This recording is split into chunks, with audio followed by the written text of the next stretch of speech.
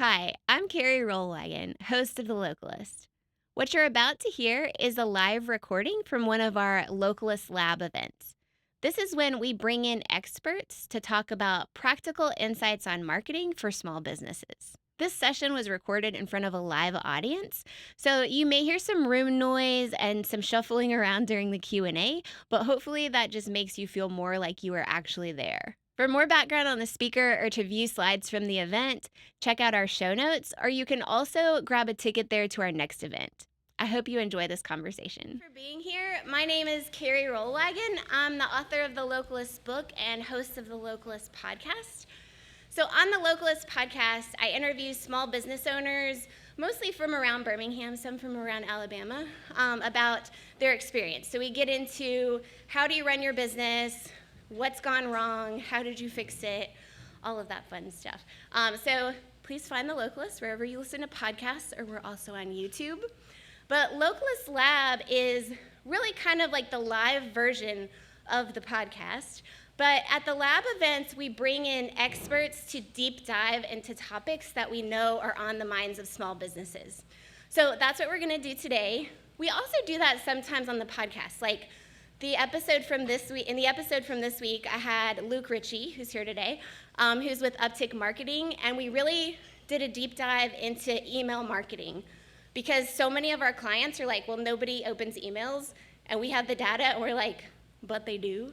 And it's also like one of the cheapest things you can do for marketing. So like, I'm not supposed to tell you what's cheap, but whatever. So we have those things on the podcast as well, so check that out. I did want to thank Infomedia, Uptick Marketing, Tempo Websites, and Infomedia Studios. Those are our sponsors today. I work with Infomedia. But between all of our companies, we pretty much cover everything with digital strategy. So a lot of you are clients, so you already know this. But between the family of companies, if you are wanting help with your social media or your email marketing or writing copy like we're going to talk about today, or launching a website, supporting a website, photos, videos, any marketing, like any of that we can help you with. So if you're not a client already and you're interested in that, just come talk to me after and I will introduce you to the person that you should talk to. So today we are going to be talking about writing with AI, what works, what doesn't, and how to use it. If you've been to Localist Lab before or our last event, One Quick Coffee, you know that this is a topic that's really important to me. Most of my career was spent as a writer, but today we're going to get a different perspective, and I'm really excited about that. So our speaker today is Janna Stevens. Janna is our communications director at Infomedia. She's a terrific writer. She's written copy for dozens of websites. She's worked in digital strategy for almost a decade. And she's a former teacher and an avid reader. So even though she's going to talk about the marketing and the professional side today, I also like that Janna looks at this topic from a lot of different facets. So welcome, Janna.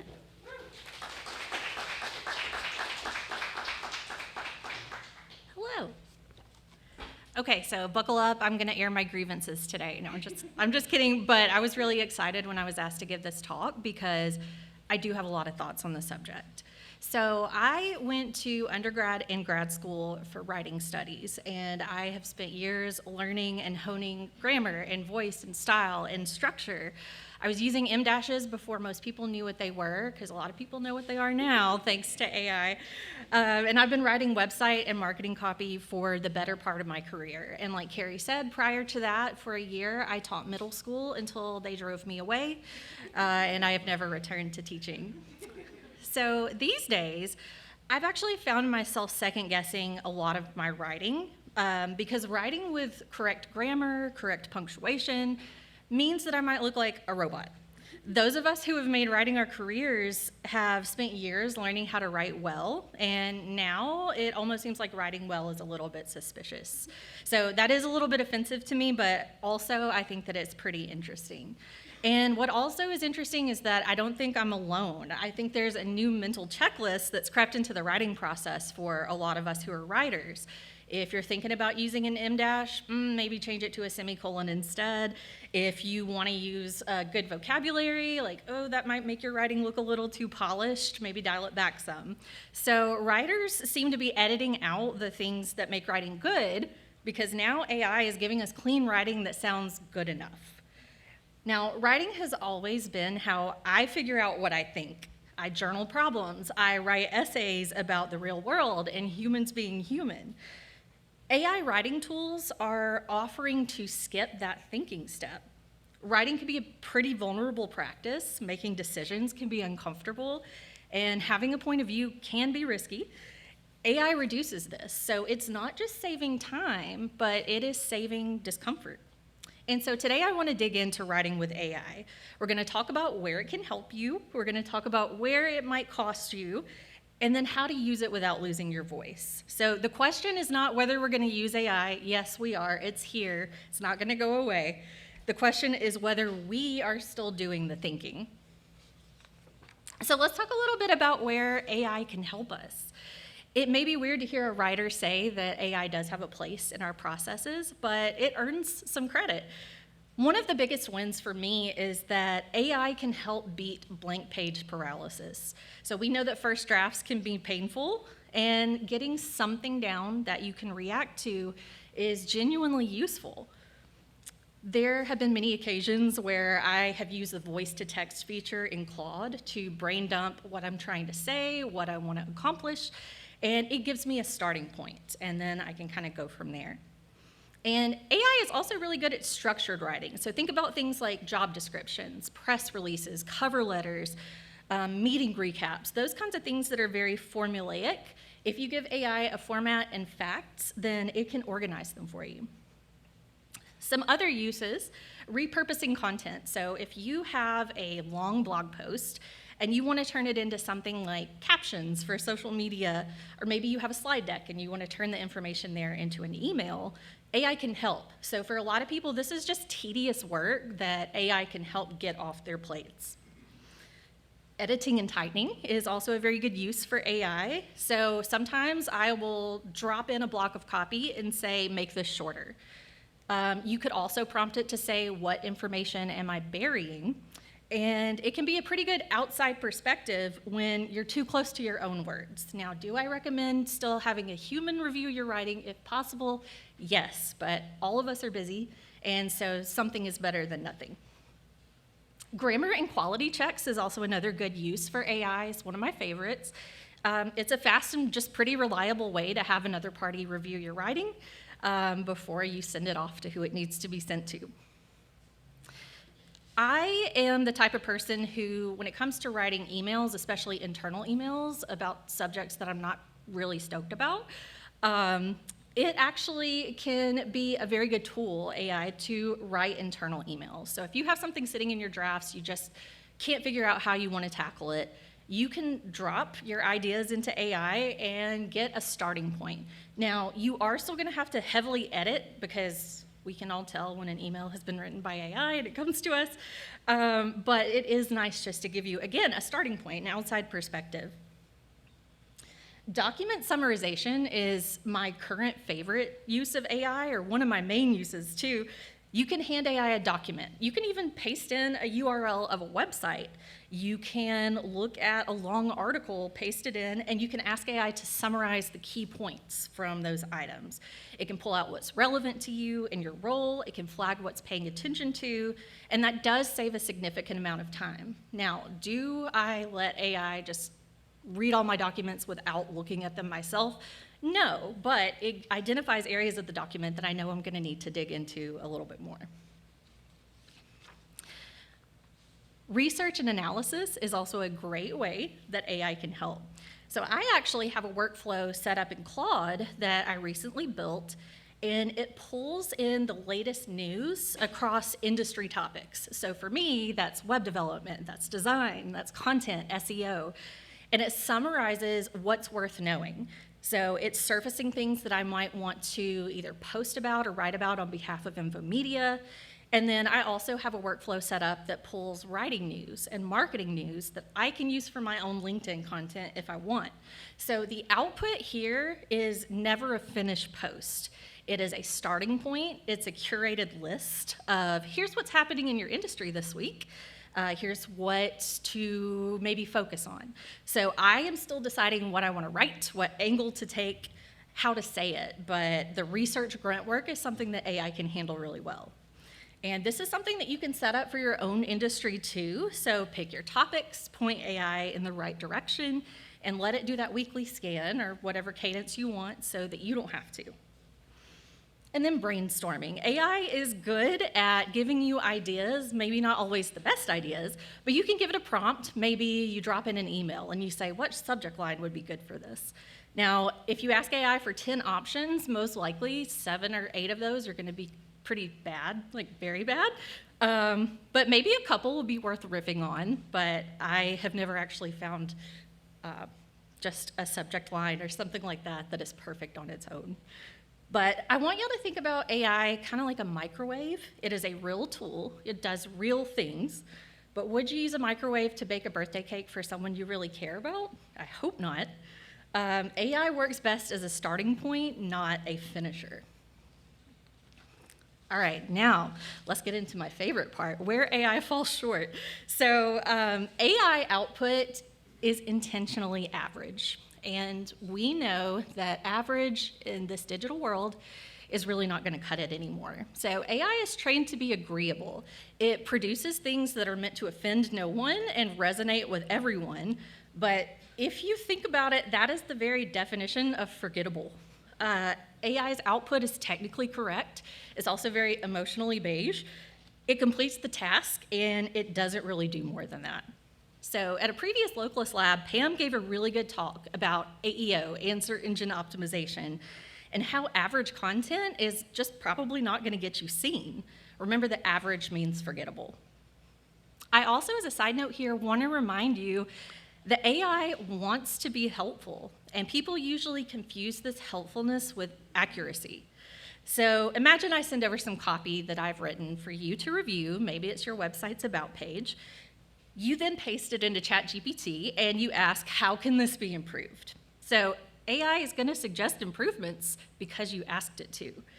People probably wouldn't use AI as much if it responded, honestly, this is pretty solid. I wouldn't touch anything.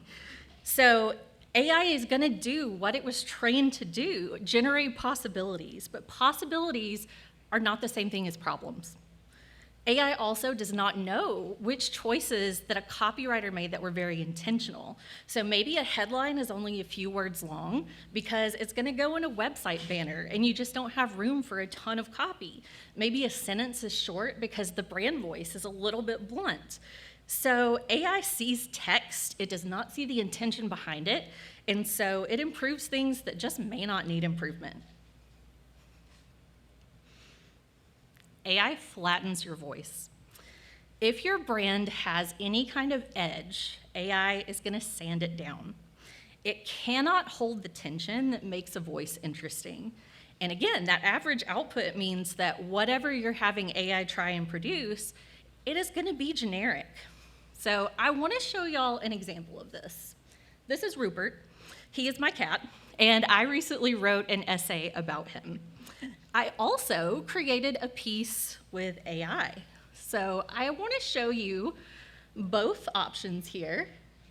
I'm not going to read all of this to you, but just take a look and read for a second.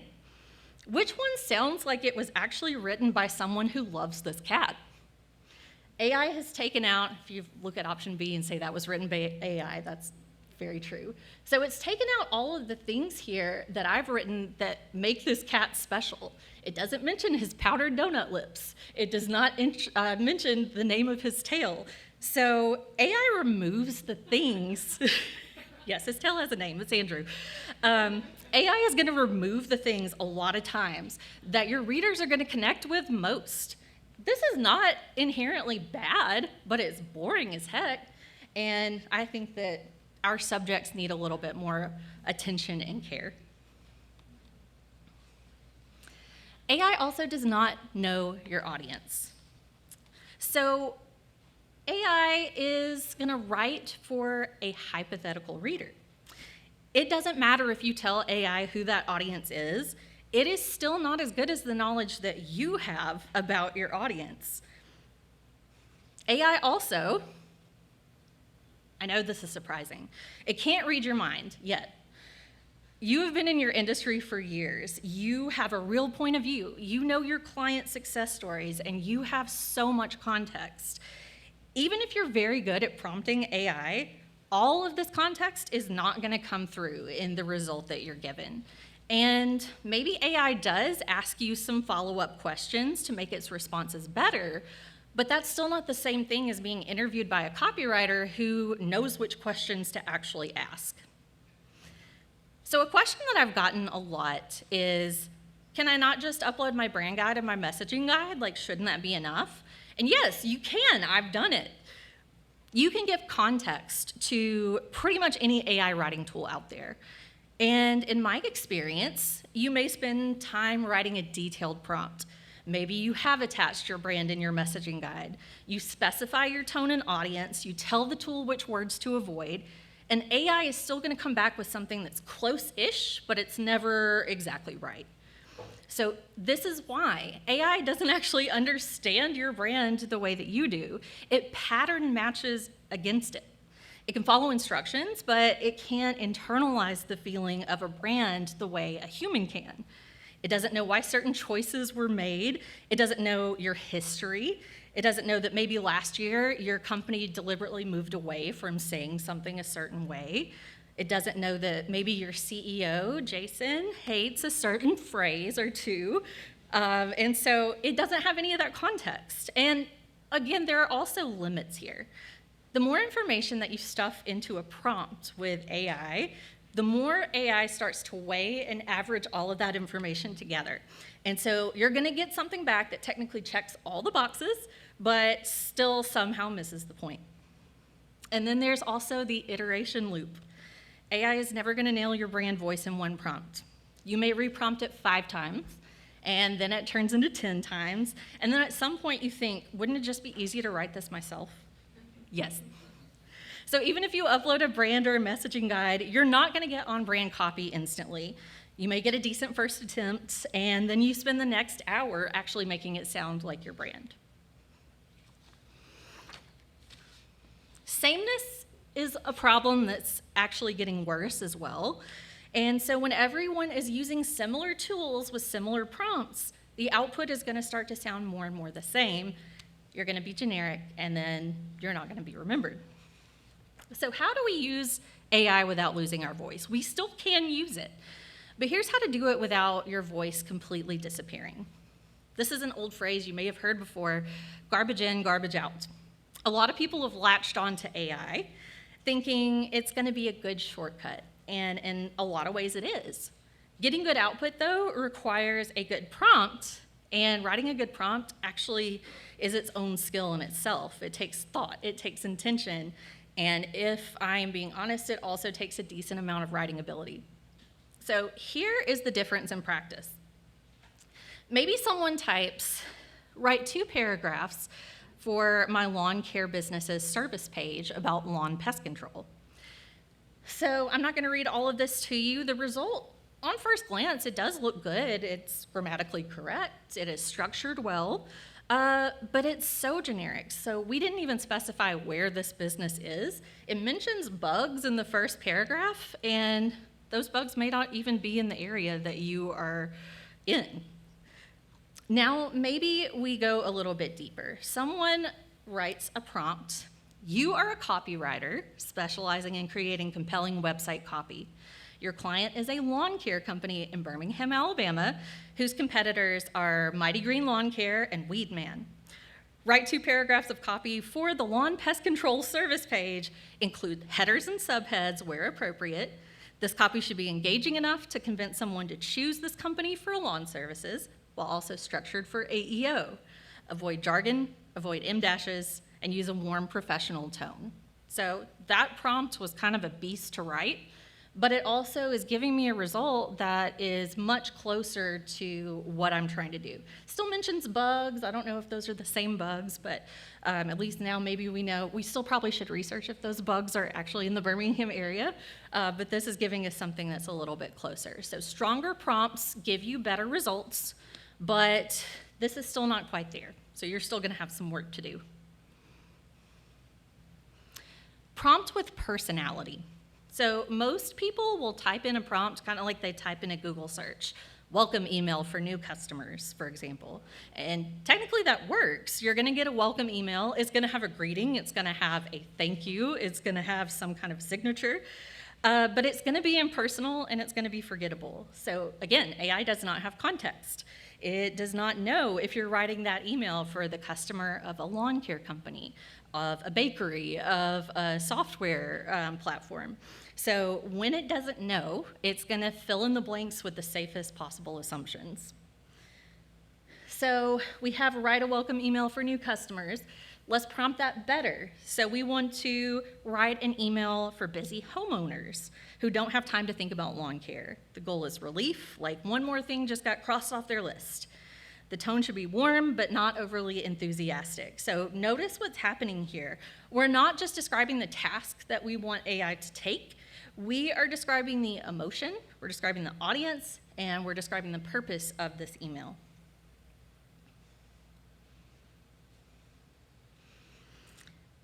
Try the test of, would I say this?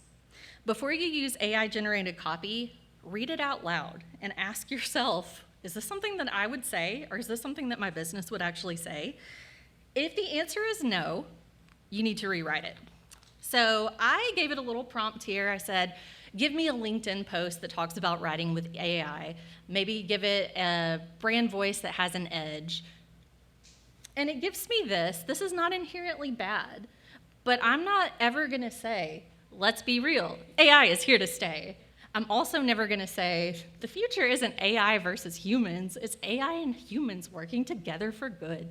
Like, no, I'm not gonna say that. So even though this is a strong post, somebody else might absolutely use this, but this is not my voice, I would not say this. Another good tip for using AI is you want to add something real. So one of the fastest ways that you can make your content stronger than what AI can really ever give you is to include something that AI couldn't possibly know.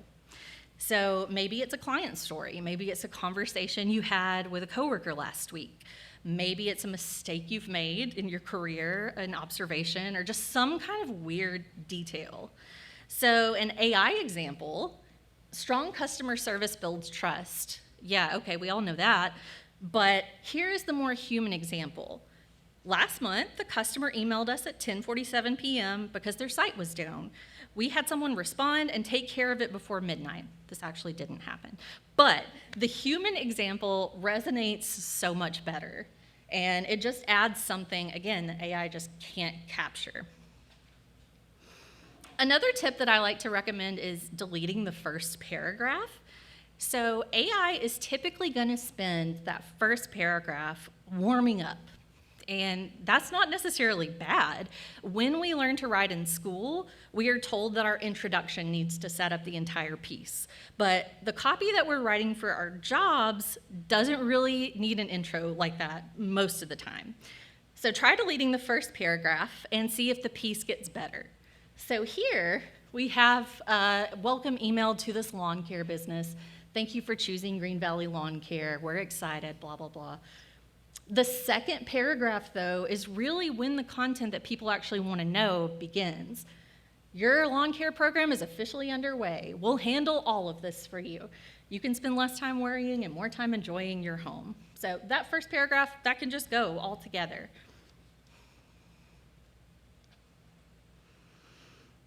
Another tip is don't ask AI what to think. So AI is great for organizing your ideas, but don't use it to decide what is a good idea. So a good prompt could be summarize these meeting notes, turn this outline into an email. A not so good prompt is, what should my company believe about this? What position should I take on this subject? Use your brain. You don't need to ask AI what to think. And finally, ask AI to critique but not create. So most people are using AI writing tools as generators, and that's fine, but what if we instead prompted it to critique what we've already written? So here are some questions you could ask when you put in a piece that of your writing. What questions would a skeptical reader have about this? Where is my argument the weakest? What am I assuming that isn't explained? What is repetitive? So these kinds of questions, really to critique instead of create, is going to allow you to maintain your voice and also just come up with a stronger piece. So if this session has sounded a little bit contradictory, that is because it is. AI can be genuinely useful. It can help you get unstuck. It can help you organize information. It can help you brainstorm, edit, speed up tedious work. But everything we've talked today comes with a caveat. AI is good at generating options, but it's not good at deciding which of those options matter. For a long time, it's been assumed that the valuable part of writing is actually producing the words. And AI is good at that. It's not good at knowing which words are actually worth keeping. The more time that I spend using AI, the more I'm convinced that the future does not belong to the people who can generate the most content the fastest. It is the people who know what is worth saying in the first place. A good writer is going to use AI to get more productive. A weak writer is going to use AI and gets a stronger looking version of weak thinking. So I want to end with this. AI can give you words, but it can't give you judgment. Thank you. What questions do we have?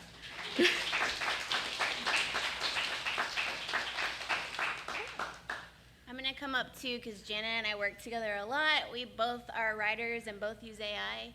And also so I can repeat the question for the video. Yeah. David? So I recently gave tabs a YouTube URL, and it was an hour-long video that I didn't want to watch. I needed a 30-word summary, and it said no. So is that on the horizon?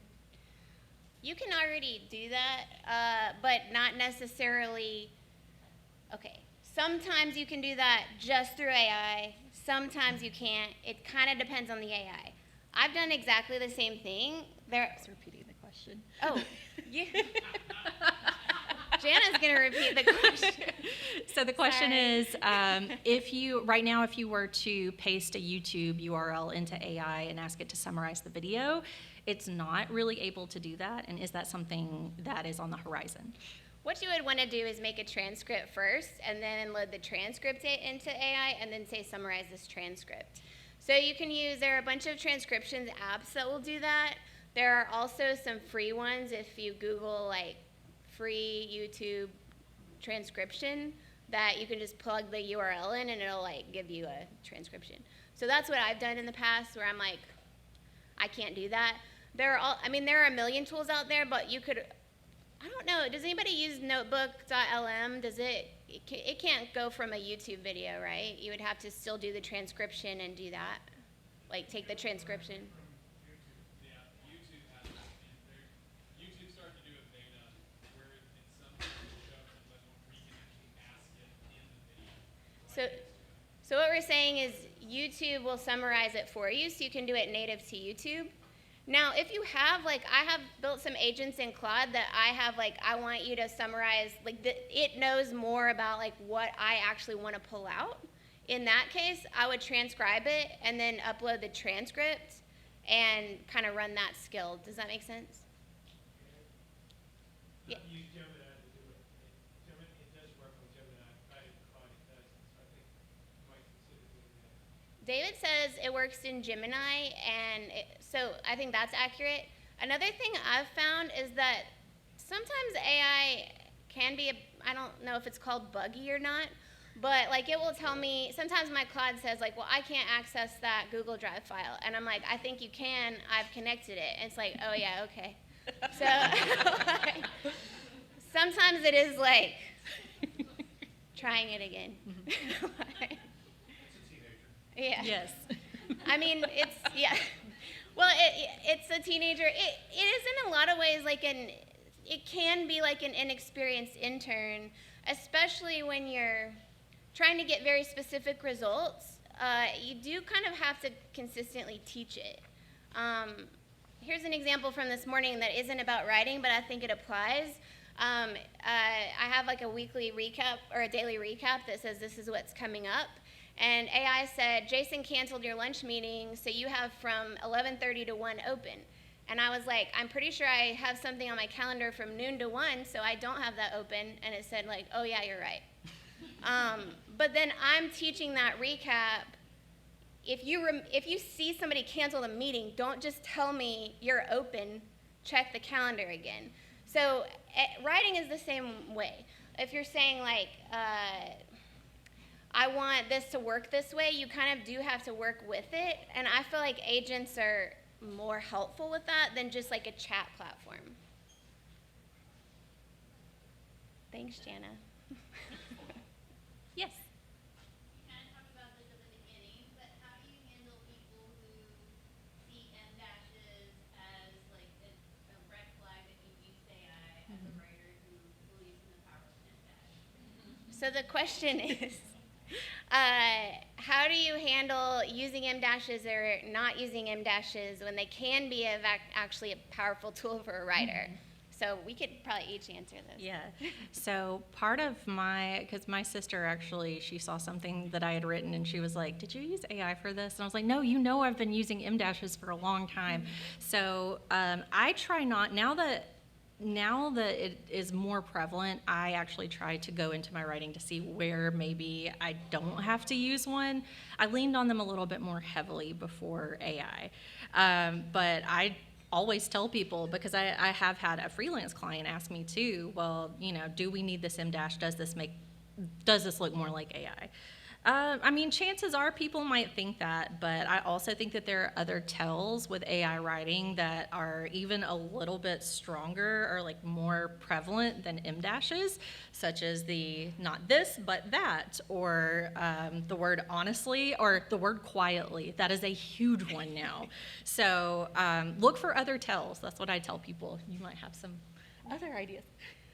I think it depends personally on whether or not I'm writing for like a marketing or advertising purpose, or whether or not I'm writing something that's going to live longer or maybe is going to go to internal people. So if it's internal, I don't worry too much about it. As long as it communicates, I don't think they even care if I'm using it, so good.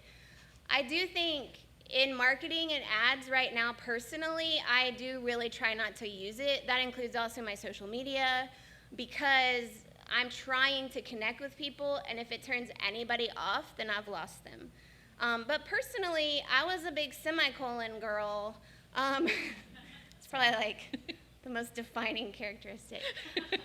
Originally, and then when I started writing for advertising, I started using M dashes because I wanted to connect with people. And semicolons can be very fussy. Some people look at it like you're bragging that you know what they're for.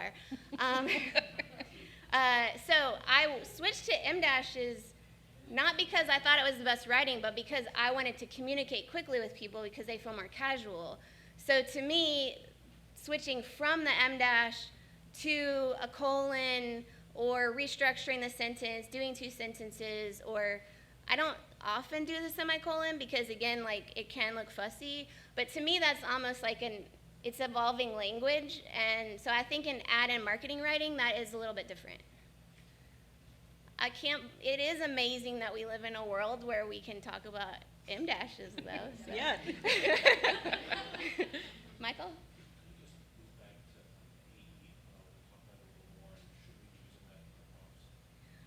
The question is, can we talk more about AEO, and should we be using that in our prompts? So that's answer engine optimization. I'm not sure if we as a society have totally settled on that's what it's called, but it's kind of like SEO, but taking AI into consideration. Is that fair? I'm looking at the marketing people if they're like, what? So one thing that I will do as I'm prompting is say, give me a version that is optimized for AEO. Now, a lot of times it's going to come back with something that is probably a little bit too lengthy to be in, let's say, an H1 on a website, but it is a good starting point. Do you have anything to add, or I don't know if Pam has anything? Oh yeah, do you have anything, Pam? Yes. We're gonna just She has a lot of thoughts on We're it. gonna keep adding people until there's nobody out there. So yes, you can use it in your prompting, but really what I like to do is after I've looked at the prompt, I try to think about what I know AI is looking for. Yeah. Thank you, Jason. In content. Would you like to come up? So we're looking for FAQs. We're looking for quick, like, question answers in your content. We're looking for concise answers to the things that you're talking about right at the top. So, like, for instance, if it's a service page and you're talking about lawn care, the exact, like, the one sentence or two sentences about what you do needs to be at the very top. So don't hide the lead down at the bottom. Don't leave your call to action down at the very bottom. AI wants to answer quickly, just like everybody else wants to answer quickly. So you're really formatting your text in a way that it's going to be pulled easily and that you have quick answers to what you're talking about. If you have a lot of different prices on your website, so say you have services and you have service prices, you might want to give a price range so that when AI pulls that, it pulls an accurate range. It doesn't try to make up its own range. That's been a tricky thing for some people. So you're looking for things like that, like the way AI gives you content, are you structuring that content in the same way? I'd also say, and you guys who really know this deeply, correct me if I'm wrong, but for me as a writer, SEO, at least the old way we used to think about it, was more about like use the same words over and over and kind of, it could be kind of shallow content, but it just needs to make sure like you have shallow content everywhere, you know, so like every page is like lawn care company in Birmingham, Alabama for Birmingham, Alabama lawns or whatever. You know, like that was like the old way of doing it. We've adapted some, but SEO I think was a little bit more like shallow content, but just put it everywhere. And I think AEO is more like you don't have to have it on every single page. You just need it somewhere, but the content needs to be deeper. So saying check with us for pricing, that's not going to work. You need to like actually spell out your pricing, because if somebody's in chat, they may never go to your website. So they're going to say like, give me things in this budget, and then you won't come up at all. So I would say AEO and SEO are very similar. Are they cousins, sisters? I don't know. But in some ways it's better as a writer because you can actually go deeper, but you don't have to repeat yourself as much as with like, especially old school SEO. And I'll add to that with AEO, I like that it forces you to really think about things from your user's perspective, your customer's perspective. What are they asking? What are they looking up? Because a lot of times people view their websites as for them when really it is for your customers. And so that's one thing that I remind people a lot in website strategy, and it's something that everybody should be thinking about now especially, is what are my people actually looking for and asking? So Brian, or Michael, sorry, for your real question, I think I would guess use it for prompting, but I think it's, for me, it's more like on the entire website or the entire piece, and less like I'm writing this paragraph and I need to optimize that paragraph for AEO.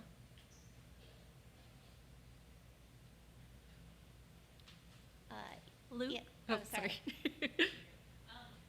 work in social media marketing, and I just use like the most, like the free chat GPT typically. Do you have like a preference of which AI platform you use for this type of work? And do you prefer like the paid version? Like, I don't know, I guess I'm like, Yeah. convince me if I need to like use a better version of that. Does that make sense? Yeah, absolutely. So the question I think is it okay to just be using the free version of ChatGPT, or at least in our work, what do we prefer? And is paid, like which platform are we finding best, and then is paid or not paid? I will say caveat, this is always evolving like any AI conversation, but we can definitely tell you what we're liking right now. So personally, I used ChatGPT, the paid version. So we had a Teams account and built some custom GPTs there for specific purposes, like, you know, one for newsletters, one for, you know, evaluating copy. ChatGPT served me well for a very long time. I will say that the paid version does go a little bit more in depth, I feel, than the free version.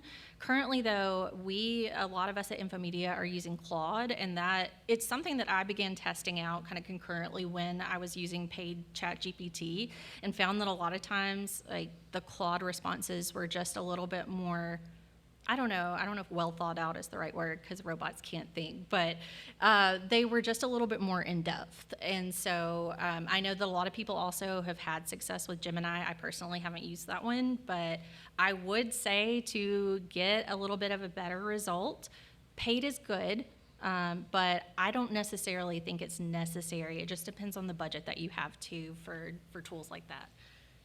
Yeah, absolutely. You can work with anything within budget. I have personally found with writing that Claude and especially Cowork, so anything that has like an agent, has actually been kind of like a sea change for getting good results.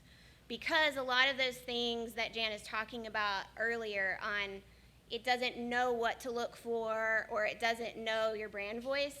It is correct that it's still not going to spit out perfect copy, especially for social, where it's trying to be conversational. It's not that great at that, but with skills and agents and co-work, the results have been like night and day different. I'm still personally not just copy pasting, like I do think that's wise, but building like a skill that says like this is the brand voice, these are a skill that says this is my intention, this is the audience, and then applying that to your copy will get, it is a lot different. Also, if you're working for different clients, you can silo those in projects a lot more easily. So I have found that that is like a major difference for me personally.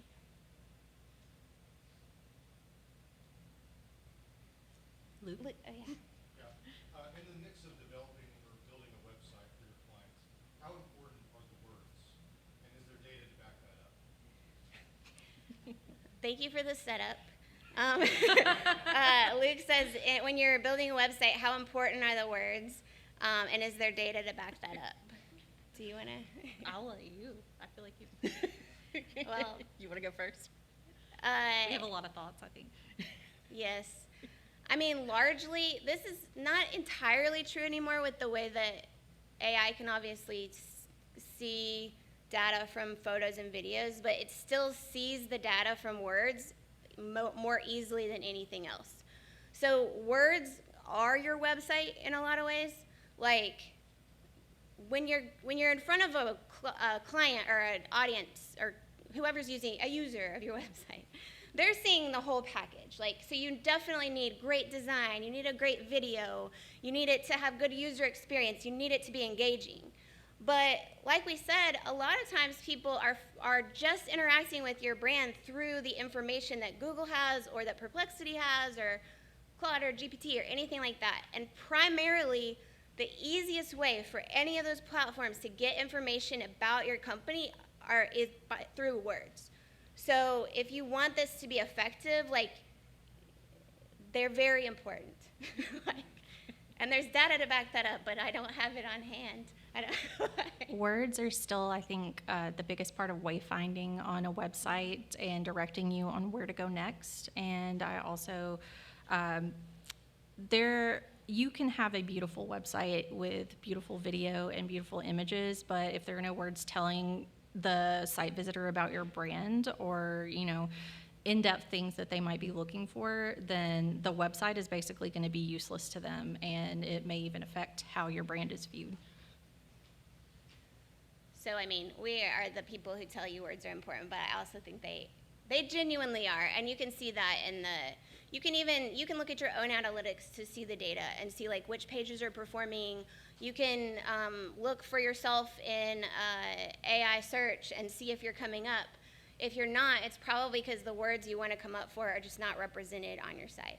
So, well, we've got to wrap up. We could obviously talk about this all day. But we want to get back to our days. So this will all be available on the Localist podcast. So, like I mentioned, the Localist is a podcast. This is the Alabama Twisters. They were the most visually interesting guests I've had in a long time, so we use them. You can find the replay of what we did today on the Localist. So in the next couple of weeks, it'll be up there. So if you want to refresh on any topics or you want to share it with somebody who wasn't able to be here today, you can find that there. And then next month, so we'll be right back here on the third Thursday of next month, we're going to be talking about digital ads. What's going on with your digital ads and how to fix it is the title. And we're going to have Matt Robinson from Uptick Marketing. I really wanted to do this topic because so many small business owners and marketing managers I know are like, what in the world is going on? And I don't know, but when I have questions about ads, I ask Matt. So I think that is going to be really great. We'll be back here. Thank you to our sponsors for having us, and thank you all for coming today. Thanks. Thank you so much for listening to this Localist Lab session. Again, if you'd like tickets to the event, check out the show notes. The tickets are free, and we would love to see you there. And as always, whether you're buying from a local business or running one, remember that what you do makes our community stronger every day.